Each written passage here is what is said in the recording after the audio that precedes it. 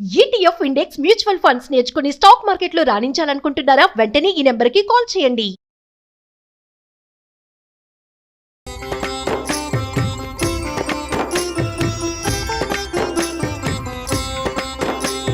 నమస్కారం. విష్ణు పురాణం 6వ భాగంలోకి వచ్చాం.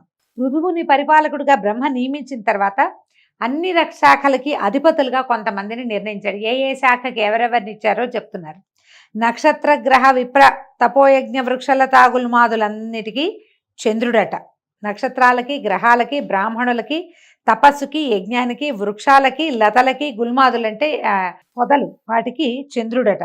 రాజులకి వైశ్రవణుడు, జలమునకు వరుణుడు, ఆదిత్యులకు ఉపేంద్రుడైనటువంటి విష్ణువు, వసువులకు పావకుడు, ప్రజాపతులకు దక్షుడు, మరుద్గణాలకు ఇంద్రుడు, మునులకు కపిలుడు, దైత్యదానవులకు ప్రహ్లాదుడు, పితృగణములకు యముడు, ఏనుగులకు ఐరావతము, పక్షులకు గరుక్మంతుడు, సర్పాలకు వాసుకి, అశ్వములకు ఉచ్చైశ్రవము, గోవులకు వృషభము, మృగాలకు సింహము, వృక్షాలకు ప్లక్షం అంటే జువి చెట్టు, పర్వతాలకు హిమగిరి అధిపతులుగా అయ్యారట. ఇప్పుడు చెప్పిన వీళ్ళందరూ కూడా విష్ణువంశతోటి పుట్టిన వాళ్ళేనట.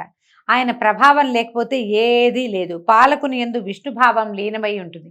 మనం ఇప్పటికీ ఏవైనా కొన్ని కథలు చెప్పేటప్పుడు చెప్తాం, నా విష్ణు పృథివీపతి అని.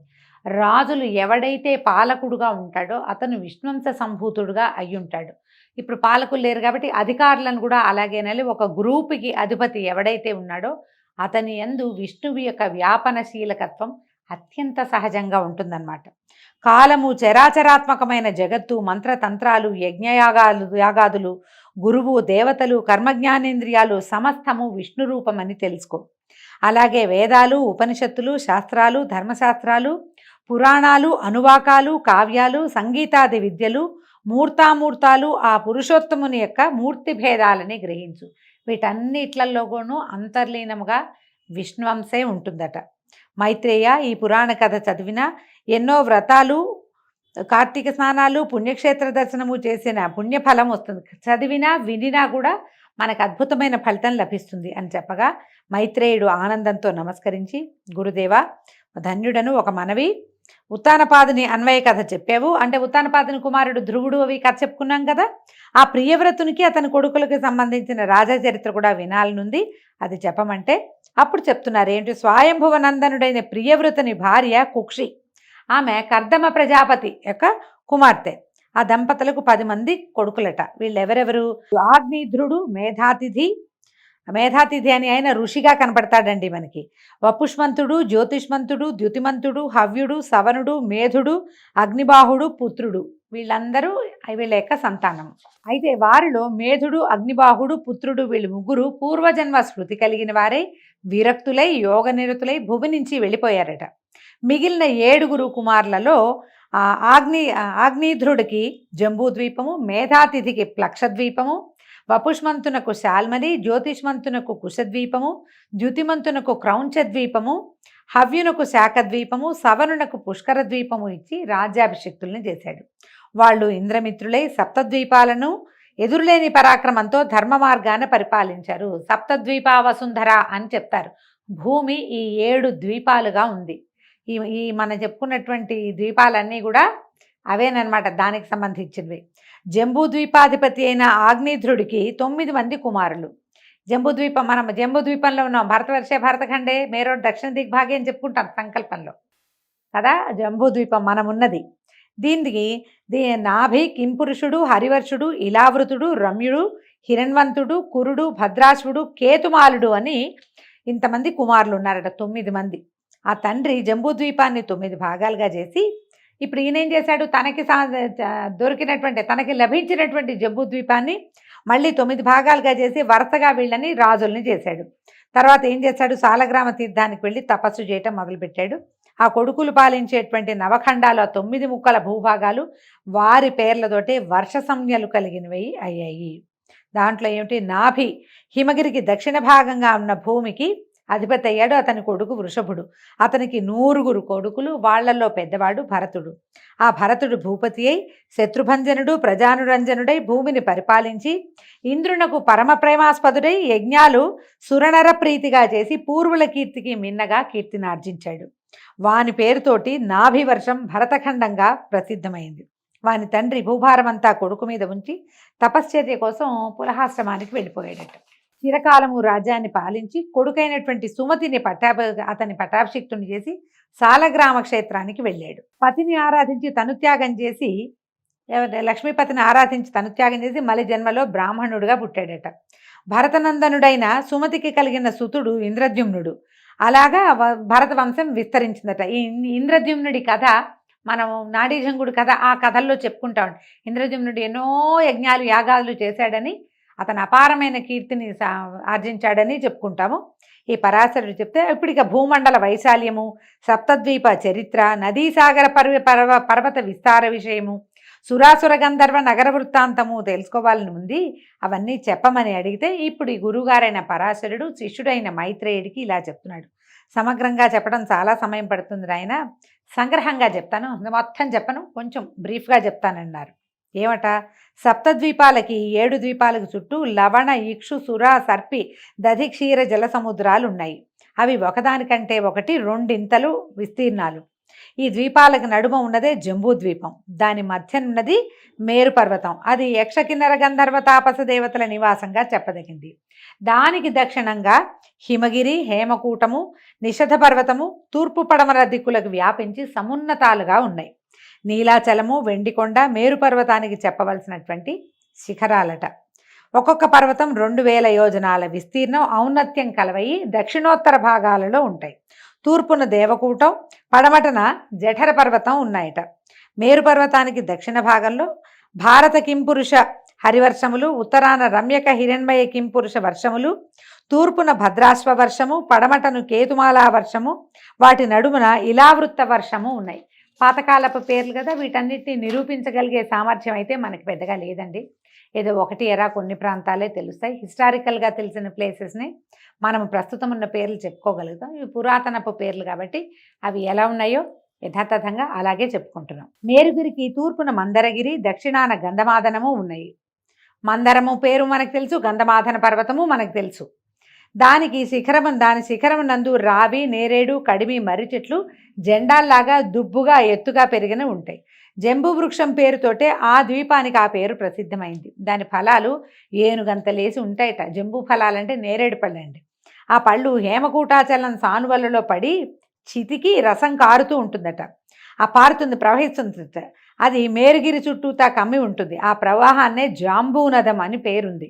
ఆ ఫలరసం తాగుతూ అక్కడ ఉండేవారికి ఎలాంటి రోగాలు రావు. జాంబూనదం అంటే బంగారం అనే అర్థం కూడా ఉందండి.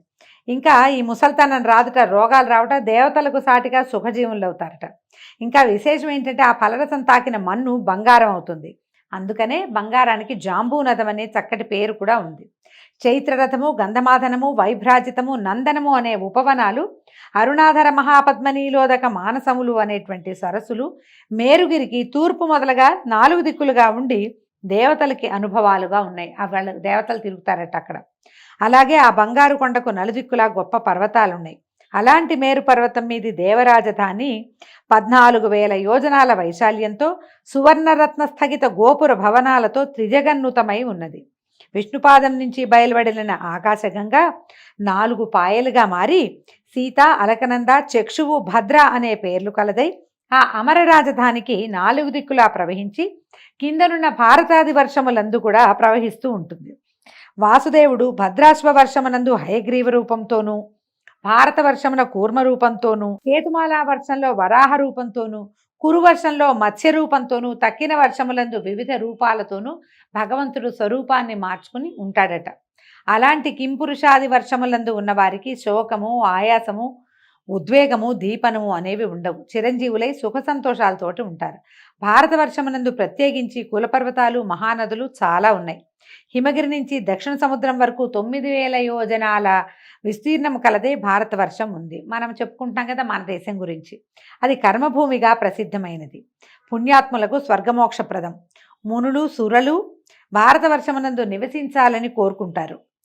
జప తపోదాన యజ్ఞాదులు యథాశక్తిగా చేసి తాము కోరే పుణ్యలోకాలు చేరడానికి భారతవర్షమే ప్రధాన పీఠం. అందుకే ఇది కర్మభూమి, ఇది కర్మభూమి, వేదభూమి లాంటి మాటలు వింటూ ఉంటాం. మన దేశం యొక్క గొప్పతనాన్ని పురాణంలో చదువుకోవటం చాలా సంతోషకరమైన విషయం అండి. మలయము, మహేంద్రము, శుక్తిమంతము, వింధ్యము, పాఠ్యాంతరము, వృక్షము, సహ్యగిరి అని ప్రసిద్ధములైన కులపర్వతాలు భరతఖండానికి భవ్యాలంకారాలు. ఇప్పుడు మనకు తెలుసు వింధ్య తెలుసు, సహ్యాద్రి తెలుసు, ఇవన్నీ మనకి తెలిసినవే కదా.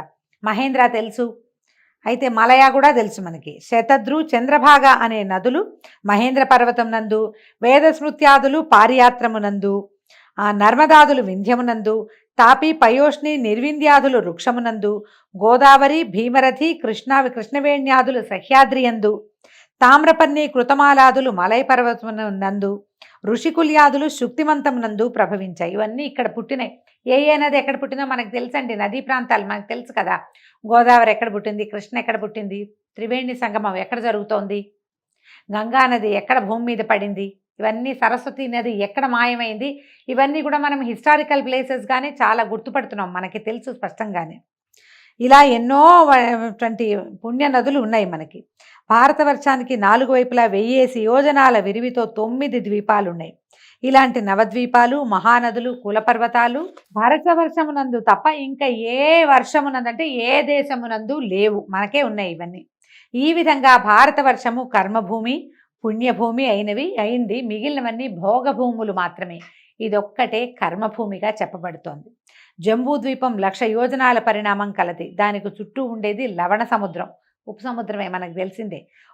ఈ లవణ సముద్రానికి ఆవల ఉన్నది ప్లక్షద్వీపం. అది 2,00,000 యోజనాల పరిణామం కలది. ఆ ద్వీపానికి ప్రభువు మేధాతిథి. అతనికి 7 కుమారులు. భుజబలానికి, రూపరేఖ వైభవానికి వాళ్లే సాటట. తండ్రి ఆ ద్వీపాన్ని 7 భాగాలుగా విభజించి వాళ్ళని ప్రభువుల్ని చేశాడు. అయితే ఆ భాగాలకి వాళ్ళ పేర్లే వచ్చాయట. ఇవేమిటట?